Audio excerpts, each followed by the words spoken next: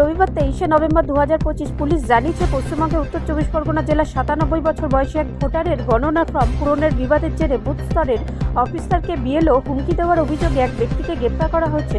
রাজ্য চলমান বিশেষ নিবিড় সংশোধন এসআইআর অভিযানের অংশ হিসেবে পুলিশ জানিয়েছে, জামিরুল ইসলাম মোল্লা নামে অভিযুক্ত ব্যক্তি, যিনি বসিরহাটের নাজাতের একজন সক্রিয় তৃণমূল কর্মী হিসেবে বিবেচিত, 2002 সালের ভোটার তালিকায় ওই বয়স্ক ব্যক্তির নাম অনুপস্থিত থাকার পর বিএলওকে ভয়াবহ পরিণতির হুমকি দিয়েছিলেন বলে অভিযোগ।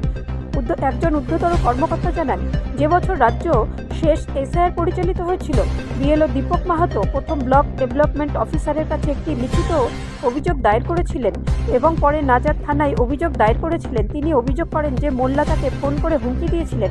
শনিবার রাতে মোল্লাকে গ্রেপ্তার করা হয়েছে এবং একজন সরকারি কর্মকর্তাকে হুমকি দেওয়া এবং তার দায়িত্ব পালনে বাধা দেওয়ার অভিযোগে একটি মামলা দায়ের করা হয়েছে।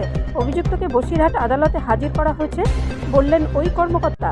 স্থানীয়রা দাবি করেছেন যে অভিযুক্ত ওই এলাকার তৃণমূল কংগ্রেস পঞ্চায়েত প্রধানের ঘনিষ্ঠ এবং শাসক দল কর্তৃক নিয়োজিত বুথ স্তরের এজেন্ট হিসেবেও কাজ করতেন। মোল্লা এবং বিএলওর মধ্যে টেলিফোনের কথোপকথনের একটি অডিও ক্লিপ সোশ্যাল মিডিয়ায় ভাইরাল হয়েছে। মিস্টার মাহাতো আরও দাবি করেছেন যে মিস্টার মোল্লা বারবার তাকে 97 বছর বয়সী ভোটারের নাম ভোটার তালিকায় যুক্ত করার জন্য চাপ দিয়েছিলেন এবং তার বাড়ি ভাঙচুর করে আগুন ধরে দেওয়ার হুমকি দিয়েছিলেন। বিএলও দাবি করেছেন যে তিনি ভয় অনুভব করছেন। কর্মকর্তা বলেন। ব্যুরো রিপোর্ট, রাষ্ট্রীয় প্রসার বাংলা।